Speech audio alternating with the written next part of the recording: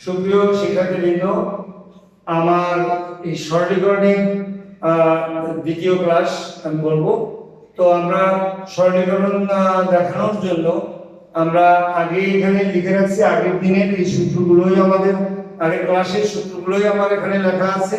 সুতরাং আমরা এখন দ্বিতীয় সমীকরণকে আমরা সরলীকরণ করব। কিভাবে দ্বিতীয় সমীকরণটা আমরা সরলীকরণ করব, এখন দেখো দ্বিতীয় সমীকরণ আমরা করতেছি। দ্বিতীয় সমীকরণ আছে দেওয়া আছে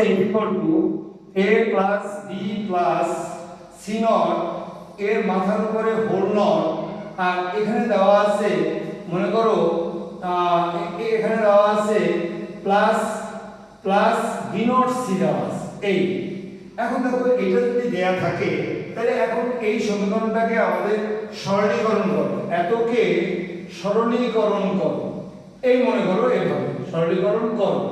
তো এই সরলীকরণ করার জন্য আমি আগেই তোমাদের এর আগের ক্লাসে বলেছিলাম তুমি ওই সমীকরণের চেহারার দিকে তাকাও। চেহারার দিকে তাকানোর পরে এখন তুমি দেখো কার মাথায় হোল নট দেওয়া আছে। আমি দেখলাম যে এটার মাথায় হোল নট দেওয়া আছে, তাহলে যার মাথায় হোল নট দেওয়া আছে ওকে আগে অপারেশন করতে হবে। তাহলে আমরা শিখেছি হোল থাকলে কার কথা ভাববো, ডিমর্গ্যান। এই তোমার ডিমর্গ্যান উপস্থিত। এবারে বলেছি হোলের নিচে মাঝখানে, এই হোল নটটার নিচে মাঝখানে যদি যোগ চিহ্ন থাকে ডিমর্গ্যানের প্রথম সূত্র, গুণ চিহ্ন থাকলে ডিমর্গ্যানের দ্বিতীয় সূত্র। তাহলে আমি এখন দেখো এখানে কোন সূত্রটি অ্যাপ্লাই করব, অবশ্যই ডিমর্গ্যানের প্রথম সূত্র। তো প্রথম সূত্র হলো এখানে A+B+C হোল নট, এটাকে C ভাবো, তাহলে এটা হবে A0 into B0 into C double not plus B0 C। তো আমাদের দেখো আমরা যেখানে বলেছি যেখানে চান্স পাবো, যেখানে আমি চান্স পাবো বলতে এখানে যে সূত্রটি, এই সূত্রটি যেখানে আমি বসাতে পারবো সেখানে আমি বসাই দেবো, কোনো সমস্যা নেই। তাহলে এই ডাবল নটটাকে আমি এখন আউট করে দেবো, A0 B0 C plus B0 C। এবারে আমি দেখব যে আমার এই যে তিনখানা সূত্র দেওয়া আছে উপরে শান্তির সূত্র, আমি দেখলাম যে এখানে দুটো টার্ম আছে। দুটো টার্ম না থাকলে ওই সূত্রের কথা ভেবে কোনো লাভ নেই। তাহলে আমি দেখলাম যে দুটো টার্ম, একটা টার্ম, আমার সবসময় টেন্ডেন্সি থাকবে, ফার্স্ট টেন্ডেন্সি এটার দিকে। আমি দেখব যে এখান থেকে মূলত কোনো কিছু কমন নিলে এই তিনটি সূত্রের একটি সূত্র আমার পড়ে কিনা। তখন আমি দেখলাম যে এই দুটো টার্মের মধ্যে এটার মধ্যেও B0 C আছে, এটার মধ্যেও B0 C আছে।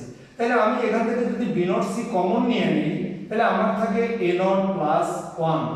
এই যে A0+1 যেই পেয়েছি, তখন দেখো এই সমীকরণটা ছিল কত বড়, এখন আমার ছোট হয়ে গেছে। এটাই হলো আমার শান্তি। তাহলে কি হচ্ছে A0+1 ইকুয়াল টু হচ্ছে 1। আমরা ডান পাশে এভাবে লিখে দেব A0+1 ইকুয়াল টু হচ্ছে 1। তাহলে আমাদের এটার মান যদি 1 হয়, B0 C ইনটু 1 মানে B0 C হয়ে গেল আমার সরলীকরণ। এবারে সেকেন্ড, যদি এভাবে না দিই আমাদের সমীকরণ এ হলো আমাদের, তাহলে এটাকে আর কোনো কিছু করা যায় না বলে এটাই আমাদের হচ্ছে রেজাল্ট। এবারে আমাদের দেখো দ্বিতীয় আরেকটি সমীকরণ দেখাবো, সেটি হচ্ছে মনে করো দেওয়া আছে F A+B+CNOT, এবারে হোল নট দিয়ে B0 C এমন দেওয়া আছে। দেখো একটা হোলের কত বড় ক্ষমতা, তো সেই ক্ষেত্রে তুমি দেখো এই হোলটা শুধু বাড়িয়ে দিয়েছি, ওর রেজাল্ট সমস্ত ভিন্ন হয়ে গেছে। এখন প্রশ্ন হলো যে এবারে আমরা এটাকে এতকে সরলীকরণ করব। এখন যখন সরলীকরণ করতে বলেছি, আমি তোমাদেরকে বলেছি ওর চেহারার দিকে তাকাতে হবে। ওর চেহারার ভিতরে আমি যদি দেখি যে হোল দেওয়া আছে তাহলে তাকে আমি অপারেশন করব আগে। আর হোল থাকলে যে বিজ্ঞানীর কথা আমি ভাববো সে বিজ্ঞানীর নাম হচ্ছে ডিমর্গ্যান।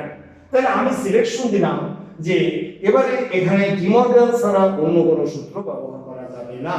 কিন্তু ডিমর্গ্যানের সূত্রের নিয়মটি হচ্ছে হোলের নিচে মাঝখানে যোগ চিহ্ন থাকলে প্রথম সূত্র, গুণ চিহ্ন থাকলে ডিমর্গ্যানের দ্বিতীয় সূত্র। এবারে বিশ্লেষণ করব হোলের নিচে কে কে আছে। হোলের নিচে দেখো এখানে আমাদের এই একটা ব্র্যাকেট দেওয়া আছে। এবারে ব্র্যাকেটটাকে তুমি একটি অক্ষর মনে করো। একে কিন্তু এখন আর এর আগে যখন আলাদাভাবে বিশ্লেষণ করেছি, এখন আর কিন্তু আলাদাভাবে হচ্ছে না। এর সাথে এই টার্মটা গুণ দেওয়া আছে এবং একই ছাদের নিচে সবাই বসে আছে। তাহলে এটাকে যদি তুমি একটি অক্ষর ভাবো, তাহলে এইটাকে মনে করো তুমি মনে মনে এ ভাবো, এই অক্ষর এইটাকে বিনটটাকে তুমি মনে মনে বি ভাবো, এটা হচ্ছে আমাদের সি। এরকম যদি থাকতো তাহলে আমরা বলতে পারতাম কি এ, তাহলে হোলের নিচে যদি গুণ চিহ্ন থাকে ডি মর্গানের দ্বিতীয় সূত্র। তাহলে এখানে তাহলে আমাদের কি আছে, হোলের নিচে গুণ চিহ্ন আছে না, এই যে গুণ, এই গুণ, তাহলে এ একটা টার্মকে একটি অক্ষর ভেবেছি।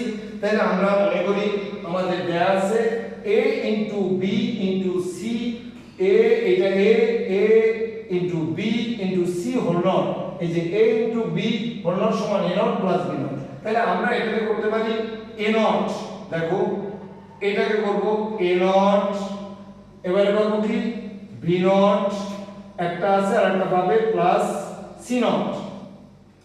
এখন দেখো, এখন আমি চিন্তা করলাম এখন কি করা যায়। তো এখন করা যায়, এখানে একটা চান্স পেয়েছি কিন্তু একটু পরে করি চান্সটা। এবারে দেখো আবার দেখেছি হোল, যত সময় হোল থাকবে তত সময় তুমি শুধু ভাঙতেই থাকবে। হোল দেখেছি, ডি মর্গানের কথা ভেবেছি, হোলের নিচে প্লাস চিহ্ন আছে, ডি মর্গানের প্রথম সূত্র, এই তোমার হচ্ছে প্রথম সূত্র।